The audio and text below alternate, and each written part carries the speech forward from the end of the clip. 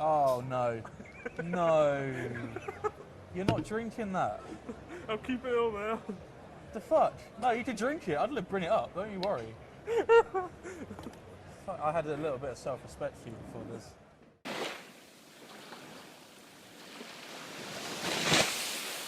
Hey there guys, it's Tom from HowDire Productions. I am very excited and finally able to introduce Scott, aka XdiggyGaming. Thank you so much for taking the time out to talk to us. Hi. This is a special EGX version of Gamer Island Disc. Basically, we invite YouTubers onto our show and talk about 4 or 5 of their favourite games, and they can take to a desert island and they can only play, 5 games their entire life. So it's a pretty crucial selection you've got here, my friend. Playing games till death sounds fun. So, YouTube. First of all, YouTube. How did you get into it? Everyone has a different story. What's yours? What was your inspiration for YouTube? Basically, it started off with complete boredom, and it's going to sound weird. Syndicate.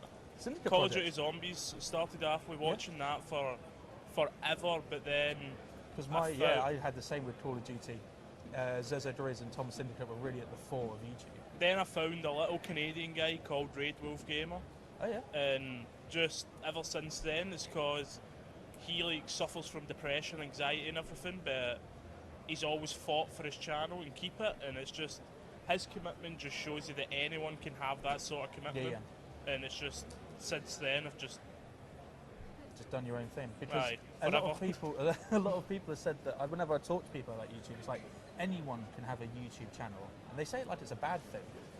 But I think if you're passionate about gaming or passionate about anything, there's nothing that should really stop you from doing a YouTube channel. I mean, YouTube's technically just like anyone that's ever wanted to be in TV and they're told they're not good enough for it, they can basically just make a YouTube channel, and there you go. You're going to put up their own content. And you things can like get that. An audience of 38 million people, Exactly. like PewDiePie's at now. Yeah, PewDiePie started off. I saw his video for 100 subscribers, and it was weird watching someone who's now so big, only having. Everyone starts off from such small origins. There's no reason why you can't address He yourself. just basically started off as like a Swedish guy, probably staying in a spare room in his mom's house.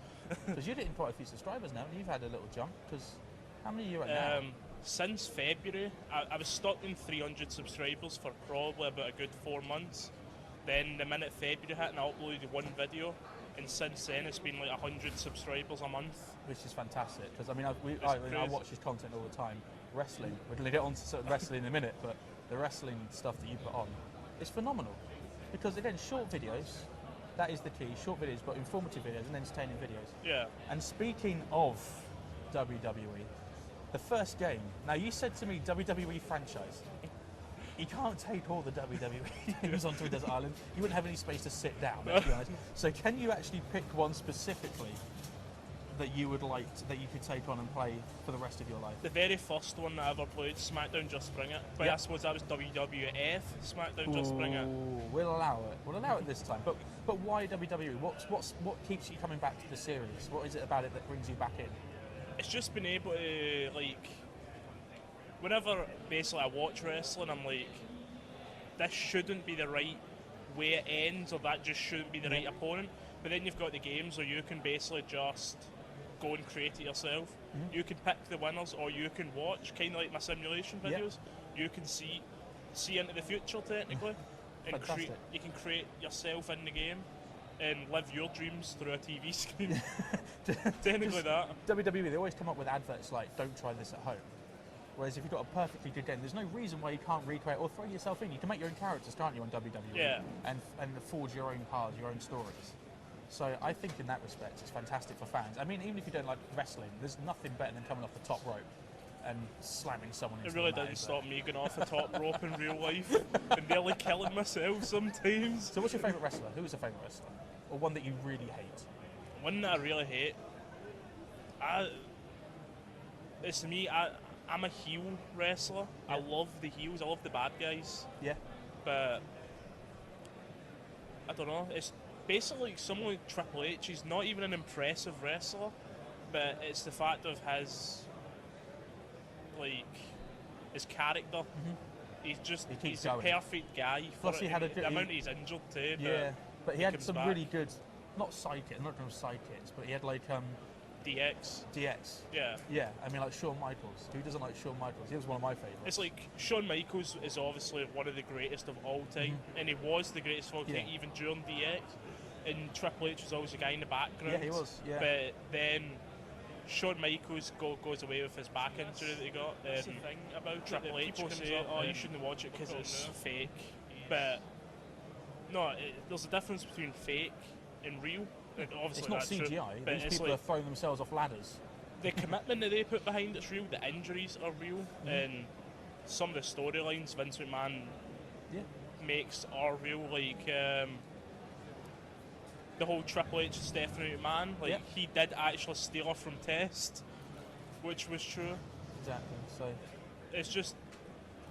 It's not fake, it's scripted. Yep. That's the way you just have to change it. and once you get past that, I enjoy it. I enjoy it on TV. So once you get past it, If you can watch a movie, you can watch wrestling. exactly. So another thing that I wanted to bring up is your partnership with Curse. Yeah. You were wearing the T-shirt yesterday, not today, unfortunately. But there'll be a link in the description and on the screen now for Curse. What made you consider going into a partnership? Because that's a pretty big step. I started off with RPM, which is not the greatest of partnerships. Yeah, But everyone knows that by now. Basically, at that point, when I joined the partnership, it was like my channel was down a lot, and you get that sense when you first start out is a partnership is you making it on YouTube, Yep. but it really it isn't. really isn't.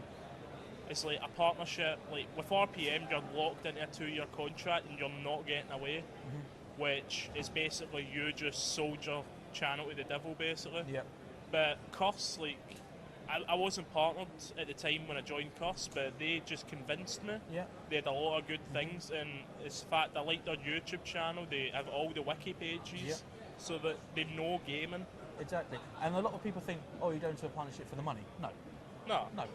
You know, you've got 800 subscribers. You've got like we've got 350, 360 subscribers.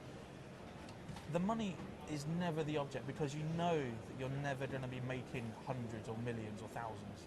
You do it for the support of that partnership. Yeah. And if the support's good, then it can progress your channel.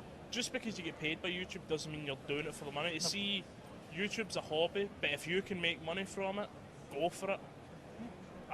That's everyone's dream. Everyone's dream is to make money. A musician starts Exactly. off playing music just because they love it, but then if you can make money by being in a band, being an And independent how many artist, musicians start on YouTube and are now Aye. on the radio? You know? and they're millionaires now. Look at PewDiePie. Yeah.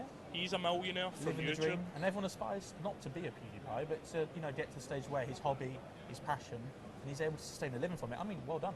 So Yeah. There's no other way of putting it. But why Curse? Why particularly Curse? You say you started at RPM. They say they convinced you. What did they say that convinced you to go? To It was switch to basically them? me just reading up on them and watching. I can't even remember the name of the guy. Is it Athene Wins? Yep. Aye, that's his name. He's like the World of Warcraft Yeah. player in Yeah, League yeah. of Legends. Oh, yeah. He was a big advocate for him, and he still is, I think. And just his explanation for it, saying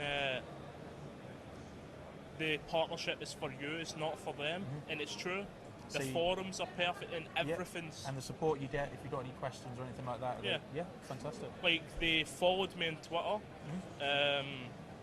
If you want a T-shirt from them, if you're part, you just ask.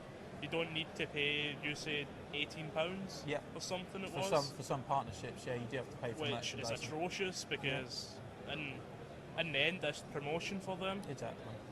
So, what advice would you give to anyone who was aspiring to be a partnership, had to be in a partnership, or got to a point in their channel where they think, right now, I'm ready to make the next step? What advice would you give? Do a crap ton of reading. Read into it. Yeah. Don't Research. fall for the bad partnerships. And don't focus solely on the CPM. Yeah. Because if you focus on CPM, and like if you're like me, you've only got 350 to 400 subscribers, CPM should be irrelevant. And if you focus on views, just your views, or no, in fact, you focus on your views more than subscribers, because subscribers are a lot of the time it's just people that watch one video and they subscribe and never come back. Yeah. But if you're getting constant amount of views, which I don't get, I would admit it, like I don't get the amount of views which I should be getting, which I don't really look into much, so that's my fault as well too. But for a partnership, you need to focus on your views, because certain partnerships is 8,000 views a month, which is hard to get. Oh yeah, it's But when you bloody can, hard. you're going to do it. Yeah, and when you get that core base of viewers, like, I mean, from my own, I don't mean to go on about me, but from my own personal experience, we started off as a Call of Duty channel.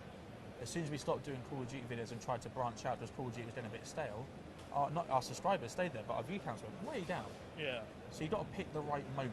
You know, you've got to be in a groove where you're uploading regularly, I guess, Yeah. and you're interacting with your subscribers as It well. depends what kind of channel you're doing for uploading regularly. Like, I do a Yeah. gaming channel, so I try for most weekdays, and I'll take the weekend off for editing or recording. Yeah. But then you get some gaming channels, but it's kind of hard for gaming, because, especially a Let's Play channel, because they want to just keep seeing that game. Yeah, So exactly. you can't really upload 2 to 3 times a day. But if you're a Call of Duty channel, 2 to 3 times a week is perfectly fine. Yeah, it is. It is. Right, I think the mood's got too light. I think we're having too much of a good time. You're a horror junkie, aren't you? You like horror. Too much. Because your second game we're going to talk about, Silent Hill Homecoming. Why? Why Homecoming? Why horror? Just me, you see, my YouTube channel, we don't have any horror games. What is it about the horror that you like to play so much? It's like horror, the dark, the music's always perfect. It's Well, if it's a good atmospheric horror game. sort of things, yeah. And like just feeling that thing of shite in yourself, basically. It's always going to be the best thing that you're going to get, instead of just sitting relaxing. Like, horror gets you in the edge of your seat, gets you sweating, gets you Blood losing pumping. your breath, Yeah, and exactly, like yeah. can even make people cry their eyes out. What's no good about that? So why Silent Hill Homecoming? Is that the essence of Silent Hill? Is that the? It was the first Silent Hill game that I Right, okay. properly Yeah, played, but I've not even uploaded the videos for it because it just sat there. coming soon, folks. Probably, most likely. But I thought I uploaded Downpour, so the Downpour was because it's near the end of Konami's string. But it's Homecoming. I loved the story of it. It was quite entertaining and things like that. And So what was It's the a- main character of Silent Hill Homecoming? Alex, I can't even remember his full name. His You'll name's have to watch Alex. his own videos to find out. His name's Alex. Because you mentioned Konami, and there was quite a significant thing they did not too long ago.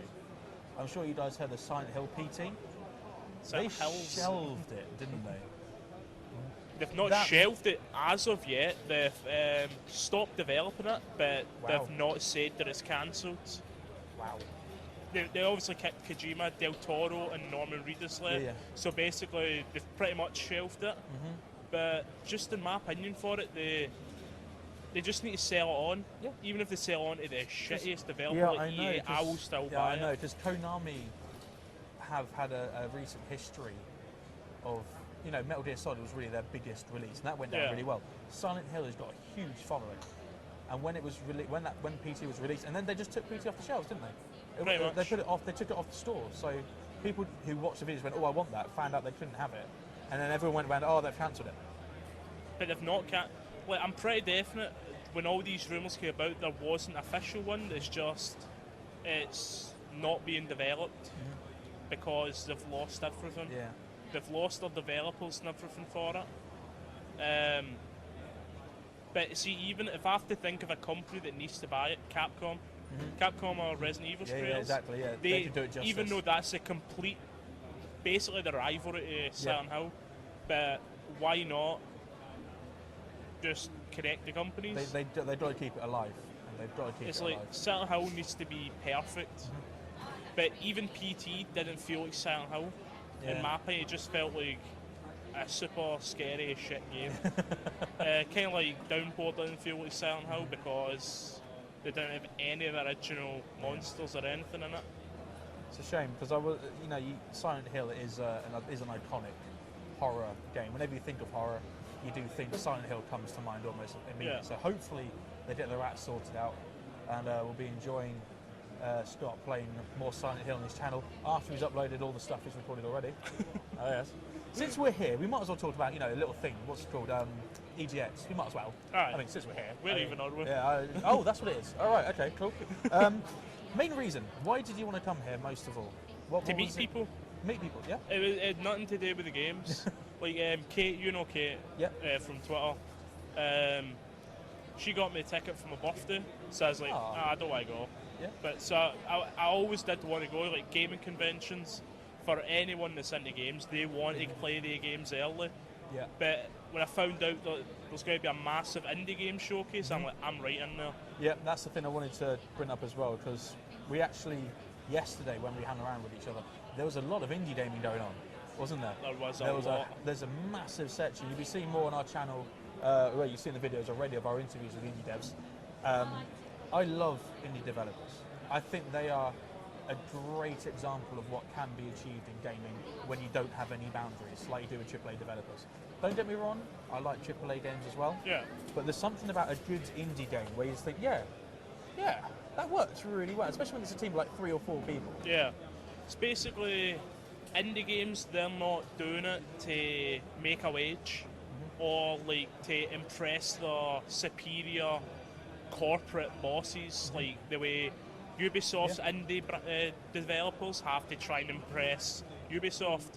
Or Naughty Dog EA's developers have to like, impress I'm not Naughty saying Dog. that Ubisoft indie games, like they're not really indie games because they're Ubisoft, but you'd class them as indie games yeah. because it's an indie developer, like Valiant Hearts, Grow Home, Oh, that was quality. a Valiant few Hearts. others. That was but on your channel, wasn't it? Valiant Hearts? Yeah. Yeah, check that out. There'll be a link now to his Valiant Heart thing. Don't worry, It's check going to that be out. links That's it. all over the Oh screen. yeah, there's going to be lines and screenshots and videos and maybe kittens. We'll probably put kittens. I only like a kitten. But it's like, indie games is because they dream of making this game, and they just make their little team of friends. Exactly. And they And make they're there it. from start to finish. Yeah. They're not someone that just pops in going, hi, how's it all going? Good, goodbye. They're there from start to finish, working on it. And you can see how much it means to them to be here. I mean, they're getting people that probably, if it was on the Steam store or online, you probably wouldn't get much feedback. Yeah. But to actually have people like us going around there talking to them, playing their games, giving positive or critical feedback, it's great for them. It's absolutely fantastic. Well, I was just speaking to one of the developers from a game called Terrahard, which is a turn-based combat game, and he was just explaining he does have a lot of, like, he has a lot of dreams for this game, and the artwork and everything's unique for the type of game that it is, and I asked him like the price. He got it greenlit. Yeah, He's trying to get it greenlit, and which is quite amazing because when you get a game on Steam, that's you basically. It is difficult. They put far too much crap games Yeah, on Steam. they do. But he's basically said that it's on IndieDB, and he said when the full game is getting released, he's going to make the fans decide the price. Oh, He wow. wants them to vote the price That's fantastic. because all he wants is people to enjoy Enjoy the it. game and Yeah. play the game. He doesn't care about people buying it. Exactly. Which Right, so your third game is Fallout. What made it stand out from the rest? Why did you choose Fallout for the island? well, basically, I like the screen, the cover. Yeah. That was it. I bought Was it the guy in the mask? Was the it? original game. Yeah. I bought it because of the cover and Fallout 3. I was like, I'm going to try that one day. Yeah. Finally bought an Xbox like 3 years after it was released because I'm poor like that. Because it is a quality. I've played it a lot on PlayStation 3 and I loved it. I loved the whole apocalyptic wasteland, survival, mutants, evil animals, that sort of thing. And I really, really like that. The weapons, you know, that sort of mix between. It's a weird time period, isn't it, as well? Because it's sort of like on the cusp of becoming like really industrialized and really sort of like moving up in age and like science. And all of a sudden you're brought back. Yeah. So you're using a laser pistol It's and basically- a rusty rifle. It's the way it went. Like, I'm thinking this is the way it went, but I think it may have been a different way. But when I read about it, it was either this is a Metro story or it's the Fallout one, because they're basically the same. When it was World War II, they finally won, but it broke off into a different time, where a lot more. The way it went is they just went more future, but the music stayed old. Yes, the music. I love the music. Basically, everything just stayed old.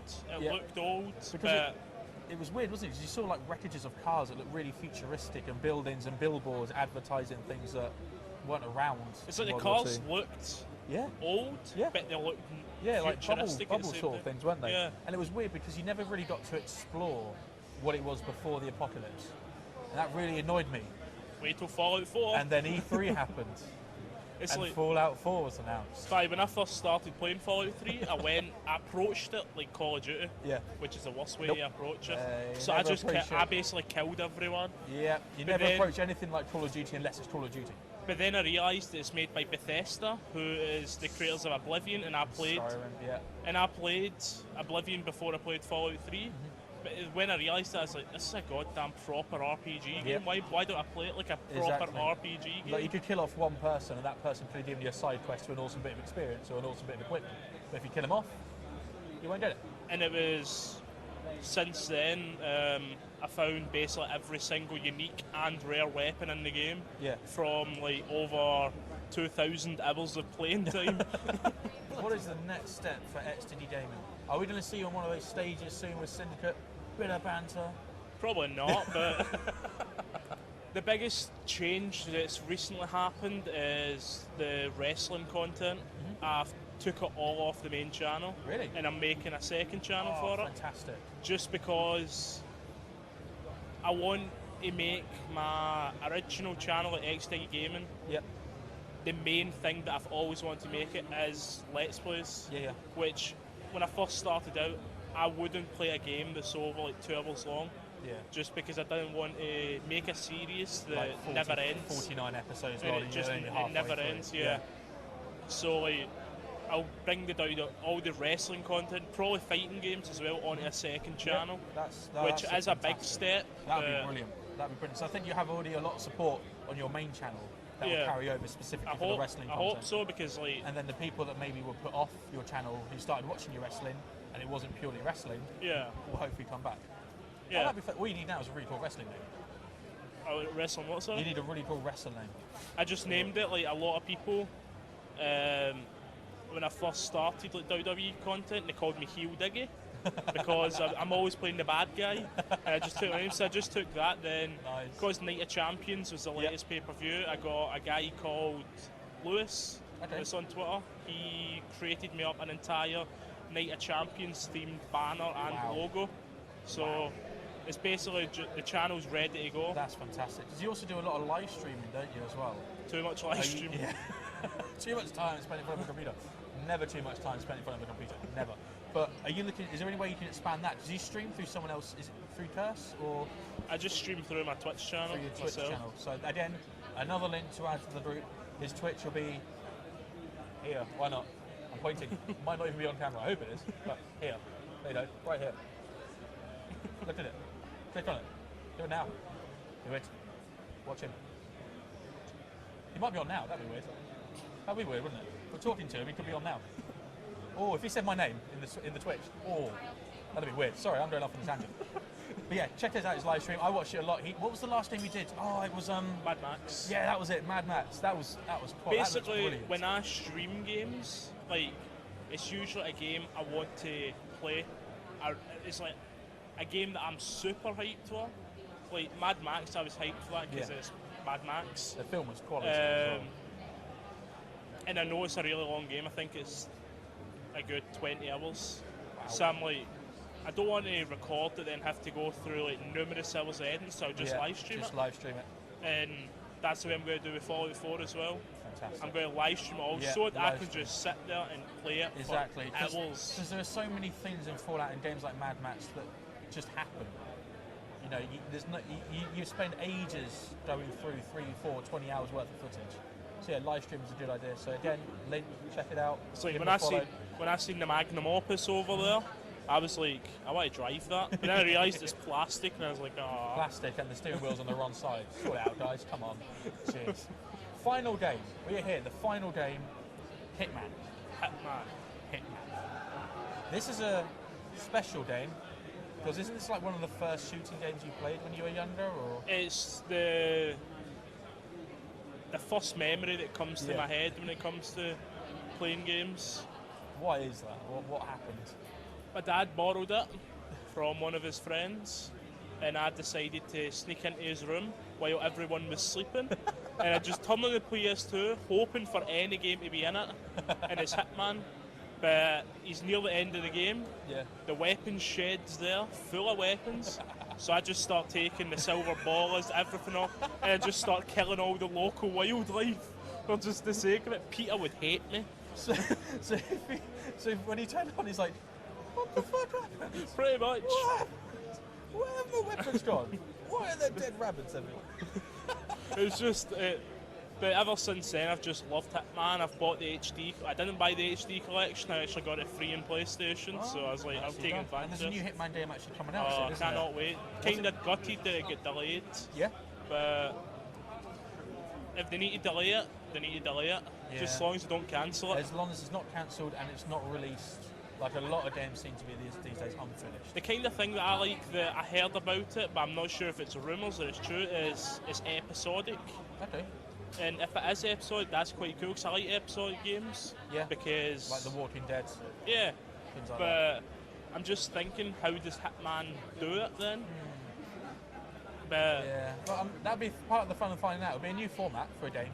I just hope they take a lot from Absolution, but they take a lot out of Absolution at the same time. The way they've done it is like, I want them to take away, like, where you have to hide yourself when you're disguised. Yeah.